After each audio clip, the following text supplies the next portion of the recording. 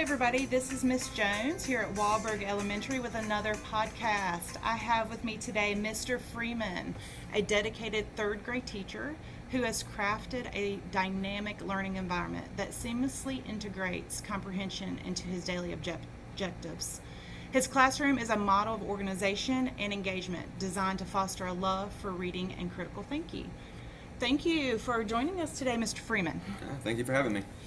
So let's jump right in and talk a little bit about comprehension and how it relates in your classroom and what it looks like. Is this difficult to teach to students how to comprehend text? The short answer would be yes to start with. Third grade is a lot of students' first interaction with really comprehending text. They go from K2 learning how to read to third grade is when they really start to transition into reading from learning. And so we have to kind of change their mindset. They get in this need for speed and like to hurry and get fluency, and we have to teach them to like kind of start to stop and think about what they're reading, not just say the words. Yeah, I totally agree. So how do you engage students in that learning process and enhance those comprehension skills? One of the things modeling is one of the biggest things for me. I like to do a whole class kind of like a book study. So we try to do, and we're getting ready to get started in that now that we're kind of gotten into the first quarter going well. And it gives us a chance for, as a class, and for me to be able to read to them to follow along in their book, model kind of what it means to kind of stop and think, but also have comprehension questions that go along with this as like a novel study. And so we practice and work together answering the questions, how to answer questions completely, in that way as they transition into their own studies, it's kind of already there for them.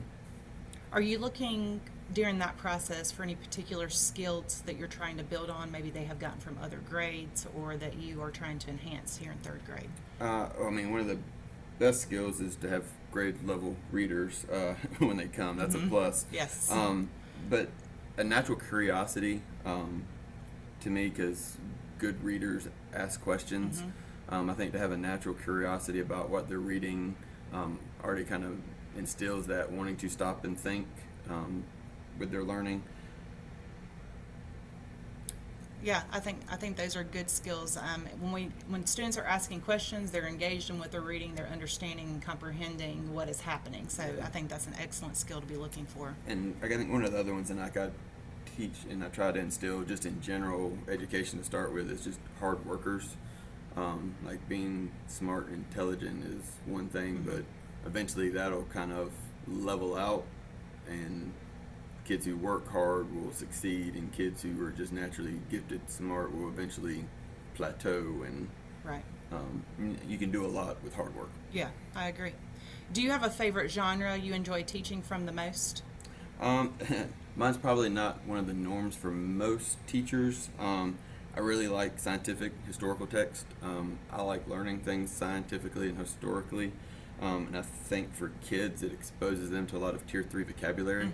So it gives us a chance as a class to work on decoding words, so it's not just like all levels of kids, it's all words they haven't seen, so they have to really use those skills and not just read words that they already have kind of memorized. Yeah, you're leveling that playing field for your entire class. And it's usually a lot of new information.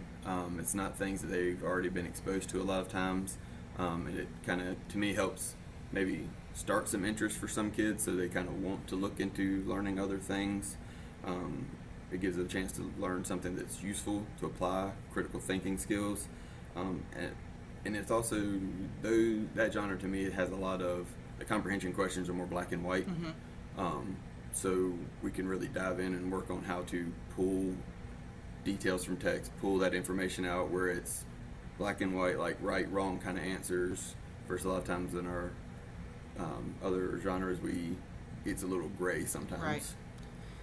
So as you know, a majority of our listeners here are parents, and what role can they play in assisting you in growing their child and understanding the text at home? As a parent, it's critical to be involved in a child's education and reading.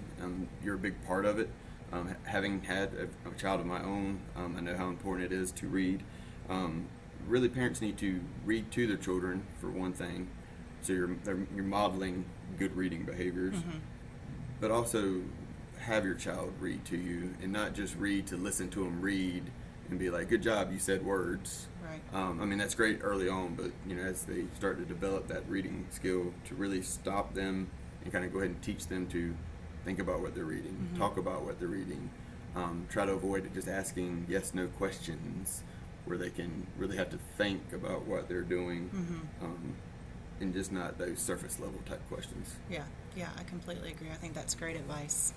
Well, Mr. Freeman, want to thank you for taking time today and bridging the gap between learning in the classroom and at home. And until next time, keep growing and exploring.